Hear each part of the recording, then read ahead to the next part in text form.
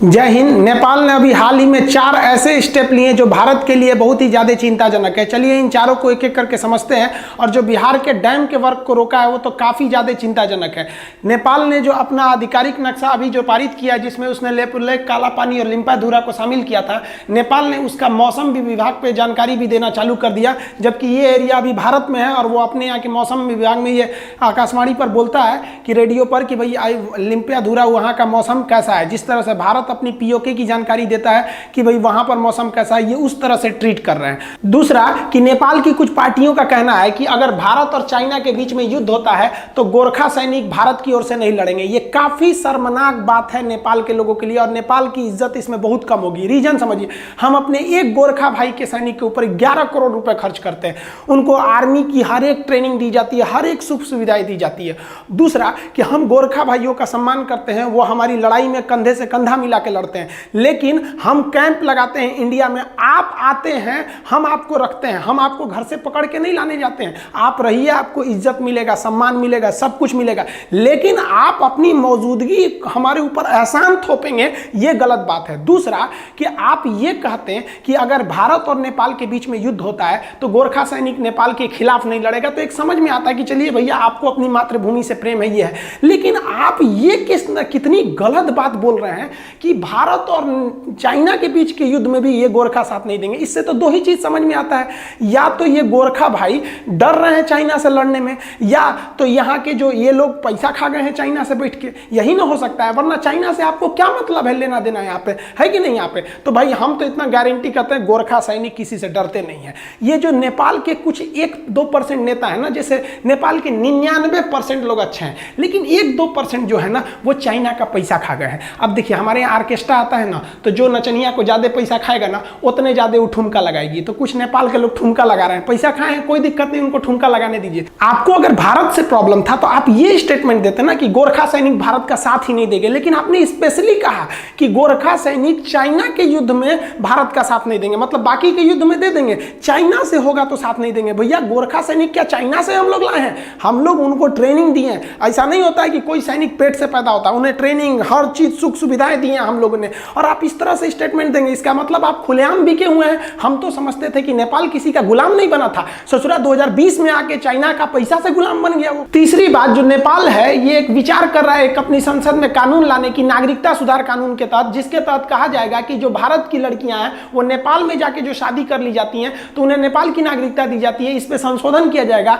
अब इस संशोधन के बाद अगर ये पारित हो जाता है तो भारत की लड़की जो इसकी शादी नेपाल में होती है, नेपाल के लड़के से, तो उसे 7 साल तक नेपाल में रहना पड़ेगा, उसके बाद उसको नागरिकता दी जाएगी। मतलब जो बेटी और रोटी का रिश्ता है ना, ये नेपाल की ओर से खत्म किया जा रहा है। नेपाल की जनता इसमें समझिए, इसमें आपके किसी एक पार्टी का फायदा हो रहा है, केवल भारत से लड़ाई करके कुछ फायदा नहीं होगा। आप एग्जांपल देखिए कि भारत से जो सामान्य की सप्लाई है वो जाना बंद हुई है, अभी थोड़ा बाधित हुआ है। तो आपके यहाँ जो नमक है ना, वो इंडिया के हिसाब से 60 रुपया किलो बिक रहा है। यानी अगर इसको नेपाली रुपया में जोड़िएगा ना तो आपको 100 रुपया किलो नमक मिल रहा है। सोचिए, अभी तो हम लोगों ने कुछ किया ही नहीं, अभी तो कुछ एक्शन ही नहीं लिया गया। यहाँ पर इतना बुरा स्थिति आएगा ना कि वहां की जनता को भुगतना पड़ेगा। अब तब कुछ नहीं होगा, क्योंकि चाइना जिसको पैसा दिया है ना, इतना पैसा से कमजोर कर देता है कि आपको 2020-21 में गुलाम बना लेगा और मतलब इतना कमजोर कर देगा। पाकिस्तान को देखिए ना, पाकिस्तान को तो ऐसा लगता है जैसे वो चाइना का रखेल है। चौथी और सबसे अजीब खबर यह है कि नेपाल इस बार जो बिहार के चंपारण जिला में स्थित गंडक बैराज है, इस गंडक बैराज के मरम्मत के काम को रोकवा दिया है। अब बताइए, बाढ़ आने का समय आ गया, बरसात का समय, बिहार डूब जाता है बाढ़ में, और गंडक बैराज को बनाना एकदम जरूरी है, उसकी रिपेयरिंग जरूरी है,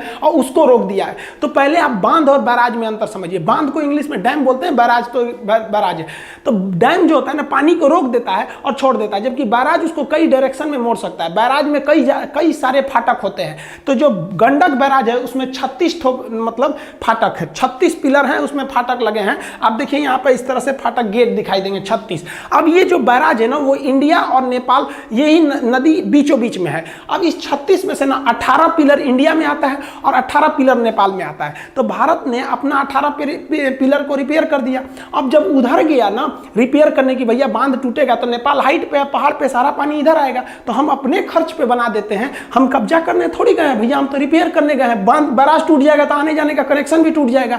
तो वहां नेपाल ने बैरिकेडिंग लगा दी, कहीं कि हमको गवर्नमेंट से परमिशन नहीं है। अब बिहार गवर्नमेंट केंद्र सरकार को भेज रही है। अब बताइए इतने छोटे से चीज के लिए, और वो भी कोई नया पहली बार थोड़ी हुआ है, ये हमेशा से ऐसा होते आया है कि बैराज को मेंटेन किया गया है बाढ़ के समय। अब जैसे ये देखिए नदी है गंडक नदी, आप अगर देखिएगा गंडक नदी में तो इसमें ये आपका बैराज है गंडक बैराज, इसमें से 18 ठो इंडिया की ओर है, 18 ठो नेपाल की ओर है। तो इधर भारत हो गया, ये हो गया नेपाल। अब इस पर बैराज बना दिया गया। आप कहेंगे कि सर अगर इसमें बैराज बना दिया गया है तो फाटक लग गया है, तो इस नदी से किसी नाव को जाना होगा तो कैसे जाएगी? तो उसके लिए एक साइड से आर्टिफिशियल नदी बनाई जाती है और यहां से क्रॉस करके इस नदी को इसमें लेके चले जाया जाता है। तो ये बैराज को बनाने में क्या जाना था भैया, ये तो बॉर्डर एरिया है, इधर पे नेपाल है और इस साइड में भारत है। रिपेयर हो जाएगा तो क्या मतलब बन जाएगा? आपको इससे क्या प्रॉब्लम है? इसका मतलब ये बेनिफिट उठाना चाह रहे हैं कि आप ऊंचाई पे हैं, बाढ़ आएगा तो आप थोड़ी डूबेगा, ये ना डूबेगा भारत भी डूबेगा ना। जिस समय भारत ये सोचने लगेगा ना कि आप तो नेपाल भाई आप तो ऊंचाई पे हैं और उधर से पहाड़ है तिब्बत, वहां से आपका ट्रांसपोर्टेशन नहीं हो सकता है,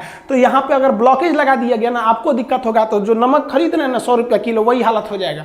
देखिए इसके लिए भारत भी कई हद तक जिम्मेदार है। 1947 से लेकर आज 2020 आ गया, आज भी हम अपनी नदियों को नहीं जोड़ पाए हैं। अगर हम अपनी नदियों को जोड़ देते तो ये समस्या ही नहीं आता। आप ये देखिए ये रेड कलर वाला नेपाल है, बाकी ये पीला कलर से ये वो राज्य हैं जो नेपाल से सटते हैं। उत्तराखंड हो गया, उत्तर प्रदेश, बिहार, पश्चिम बंगाल, सिक्किम। आज नहीं तो कल अब नेपाल पूरी तरह से चाइना के इशारा पर ठुमका लगा रहा है, उस हर राज्य में आपको अड़ंगा उत्पन्न करेगा। तो आप किसको किसको समझा दीजिएगा भाई? आप बारिश होता है तो पानी को थोड़ी रोकते हैं, आप छाता लगाते हैं यहाँ पर। तो हम लोग को पहले से रहना चाहिए कि हमारे पास जो इतना एक्सेस पानी आता है उसको हमको ड्रेनेज करने का व्यवस्था नहीं है। अपने पड़ोस में देखिए पाकिस्तान ने नहरों का जाल बिछा दिया। पाकिस्तान में इतनी नहर बना दी है अपने नदियों पर कि 1965 की लड़ाई में हमारे सैनिक जब घुसे थे सब इछुगिल नहर में, तो नहर में फंस गए थे सब। इतना ज्यादा उसने डेवलप किया अपने बांध को, खास करके उसने डैम पर काफी ज्यादा वर्क किया। और हम लोग ने क्या किया? कुछ नहीं। अब तक नदियां नहीं जुड़ी हुई हैं, बाढ़ आता है तो हजारों लोग मर के जाते हैं, बह जाते हैं, गांव का गांव बह जाता है। भारत सरकार को अपनी नदियों को जोड़ने के लिए 2 स्टेप लेना चाहिए। सबसे पहले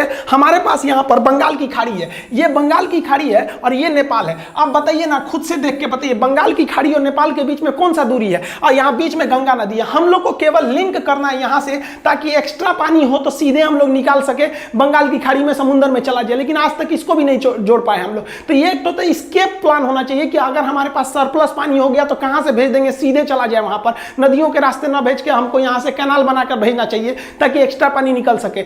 दूसरा कि हम लोग को अपनी नदियों को जोड़ देना चाहिए, प्रॉपर नदियों को। जैसे उत्तर भारत जो होता है ना बाढ़ में डूब जाता है, जबकि आप दक्षिण भारत में देखिएगा महाराष्ट्र के एरिया में तो किसान बेचारे सूखा पड़ने के कारण सुसाइड कर लेते हैं। तो यहाँ सूखा है, वहां पे पानी है। अगर हम लोग इसको जोड़ देते तो ऊपर भारत के नदियां जो हैं वो बाढ़ नहीं आती, वो बेचारे बाढ़ से नहीं मरते और ये सूखा से नहीं मरते। यहाँ पर इकोनॉमी बर्बाद हो जाती है, बाढ़ की वजह से कोई फैक्ट्री वगैरह नहीं लगती है, कोई फसल बर्बाद हो जाती है और यहाँ की इकोनॉमी बर्बाद हो जाती है सूखा की वजह से। हम लोग इन दोनों समस्या को एक ही बार में सुधार सकते हैं, लेकिन आज तक क्या जुड़ पाया? नहीं जुड़ पाया। हमारे देश के अधिकारी लोग प्लान बना रहे हैं कि जेसीबी लगेगी खोदने में, 1 किलोमीटर खोदने में 18 लाख रुपया का खर्चा आएगा, काफी टाइम लगेगा। यहां से यहां तक नहरों को मिलाना है, इस नदी को उस नदी से। अरे भैया आप डेटोनेटर लगा के उड़ा ना दीजिए। देखिए हमारी सेना में जितने भी एक्सप्लोसिव होते हैं, बारूद होते हैं विस्फोट करने के लिए, हर चीज का एक्सपायरी डेट होता है। जैसे दवाओं का एक्सपायरी डेट होता है, बारूद बम का भी होता है कि भैया इस समय के बाद ये उतना अच्छा से काम नहीं करेगा।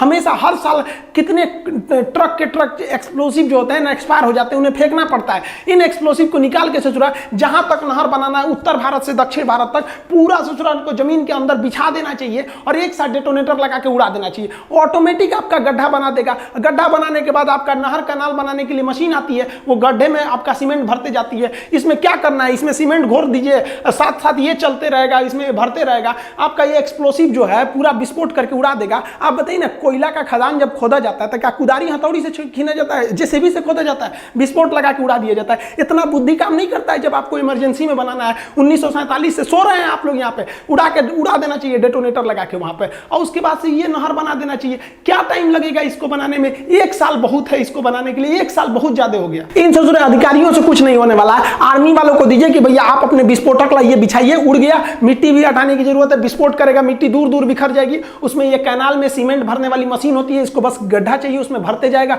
एक साइड से लगाइए, 200 गाड़ी लगाइए, इसको यहाँ से वहाँ तक एक ही बार में 1 महीना में कंप्लीट करके दे देगा। आर्मी को दे दीजिए। ये अधिकारी सब ससुरा सरकारी अधिकारी हो गए ना, तोन निकाल के बैठ गया ऐसा ऑफिस में, कुछ होने वाला नहीं है इन सबसे। हमारे देश में ना जब क्रिसमस का त्योहार आता है तो पूरी दुकानें सज जाती हैं क्रिसमस के लिए, क्योंकि लोगों को क्रिसमस मनाना रहता है। ईद के समय रात रात भर दुकानें खुली रहती हैं, होली के समय तो पूरी की पूरी दुकानें सज जाती हैं। लेकिन बिहार में जब बाढ़ आता है ना तो आपको एक तो दुकान नहीं मिलेगी जहां इस तरह के लाइफ बोट मिल सके और लोगों की मासूम जिंदगी को बचा सके। यह दिखाता है कि हमारा समाज, हमारी सरकार त्योहारों को ज्यादा महत्व देती है, लोगों की जिंदगी से ज्यादा महत्व उनके लिए ये त्योहार है। हम ये नहीं कह रहे हैं कि त्योहार मत मनाइए, इसको और धूमधाम से मनाइए, लेकिन ये ज्यादा जरूरी है जान बचाने के लिए।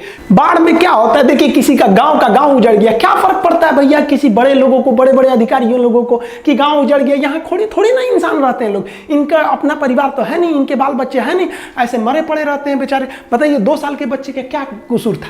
इसका कसूर क्या था कि इनको बड़े बड़े अधिकारियों ने पैसा घोटाला करके मार दिया। यहाँ पर एक नहर नहीं बना 1947 से। बाढ़ के मंजर में क्या हाल होता है जरा देखिए, ये सहमे हुए बच्चों का बचपना देखिए। ये है हमारे देश के भविष्य, केला पे बैठ के बाढ़ पार कर रहे हैं। कल को इन्हीं के कंधों पर देश की जिम्मेदारी होगी या इनको कहा जाएगा कि तुम चाइना से आंख में आंख मिला के देखो। ये क्या लड़ेंगे दुश्मन से? ये तो अपने देश के गलत नीतियों का शिकार बन गए बेचारे। जीने के लिए ये लोग अपना जद्दोजहद कर रहे हैं, ये क्या लड़ेंगे यहाँ पर? बताइए ऐसे मासूम लोग मर गए। हमारे नरेंद्र मोदी जब ट्रेन में चाय बेचते थे, कोई जानता था कि प्रधानमंत्री बनेंगे?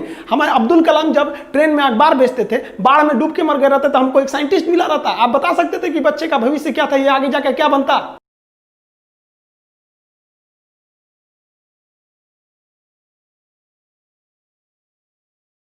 जब चुनाव होगा तो 18 हेलीकॉप्टर घूमेंगे, लेकिन जब बाढ़ आएगा तो एक हेलीकॉप्टर भेज दो जी, कोई डूब गया होगा निकाल लेना। ये हाल हो गया हमारे देश का। हर साल बाढ़ आता है, हर साल केंद्र सरकार से आ जाएगा 400 करोड़ रुपए, राज्य सरकार देगी 200 करोड़, आधा बीच में मार देंगे अधिकारी। कहा जाएगा कि हाँ भोजन दे दिया जा रहा है, उन लोग को फरवी चिवड़ा मुड़ी दे दिया जाता है, खाओ। ये लोग आदमी थोड़ी होते हैं यार। इंडिया में गरीब की जिंदगी का कोई महत्व नहीं देते हैं लोग यहाँ पर। ये गलत बात है। हमारे यहाँ बाढ़ आएगा, बाढ़ के बाद क्या होगा? नीतीश कुमार आएंगे बिहार में देखने, हवाई जहाज में बैठ के हेलीकॉप्टर में, हाँ सर्वे हो गया। फिर मोदी जी आएंगे, एगो स्टेटमेंट आ जाएगा, ये हम इस पे राहत दे रहे हैं। भैया आप राहत क्यों देते हैं किसी को? आप उस समस्या का समाधान क्यों नहीं करते हैं? नहर क्यों नहीं बना पाते हैं? रातों रात 1-2 पार्टियों का गठबंधन हो जाता है, रातों रात गठबंधन टूट जाते हैं, लेकिन 1947 से 2020 तक आप नदी नहीं जोड़ सके। इससे बड़ा नाकामयाबी क्या हो सकता है? देखिए आज की स्थिति के लिए कहीं ना कहीं जिम्मेदार हम भी हैं। हम किसी भी चीज़ को इग्नोर कर देते हैं। आप लोग भी इस वीडियो को देखेंगे तो इग्नोर कर देंगे, चलो भाई ये खान साहब है पटना के, आते हैं ऐसे ही बात बोल के चले जाते हैं। लेकिन आपकी ये जिम्मेदारी बनती है, आप ट्वीट करके इसको पूछिए अपने जल संसाधन मंत्री से कि आखिर हम कब तक डूबते रहेंगे बाढ़ में, और कब तक हम सरकार के द्वारा हेलीकॉप्टर से गिराए जाने वाले खाने का इंतजार करेंगे। ये स्थिति बहुत खराब है। हमारे समाज को इस तरह से तोड़ा जा रहा है कि समाज जिंदा रहने को ही विकास समझने लग रही है। ये गलत है। आप अगर हाथ पे हाथ रख के बैठे रहेंगे ना तो कहीं ना कहीं इस देश को बर्बाद करने में आप भी योगदान कर रहे हैं। आप जहां से भी आप सवाल पूछिए, आपका अधिकार है, आप लोकतंत्र में रहते हैं, कोई चाइना के कम्युनिस्ट में नहीं रह सकते।